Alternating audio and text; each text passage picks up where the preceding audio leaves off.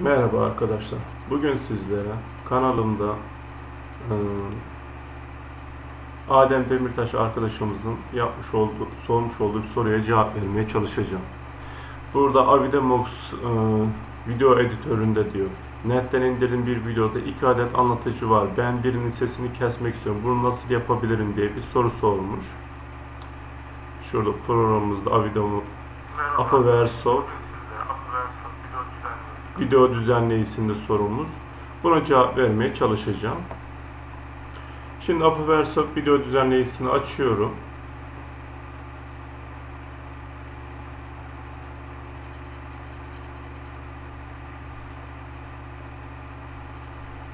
(16'ya 9'luk boyutlarını açtım.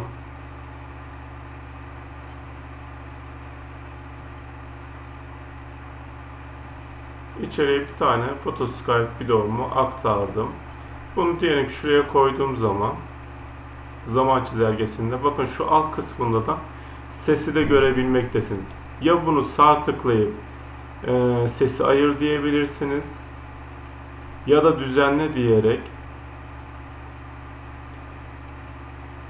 burada videonun hızını döndürülmesini sağlayabilir. Ses üzerinde de sesi işte birinci sesi artırıp ikinci sesi karart dediğin yani tamamen kapatabilirsiniz, artırabilirsiniz. Ses ayarlarını daha da artırıp azaltabilirsiniz. Bu şekilde hani Apoverso video editöründe düzenlemeyi bu kadar yapabilirsiniz. Şuradan da aşağı doğru inersek sadece bu üç özellik üzerinde hani ses ayarı, azaltma ve karartma şeklinde ayarlarımızı yapabilmekteyiz.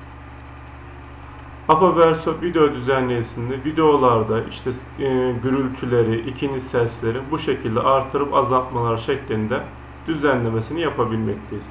Umarım faydalı bir video olmuştur. Teşekkür ederim.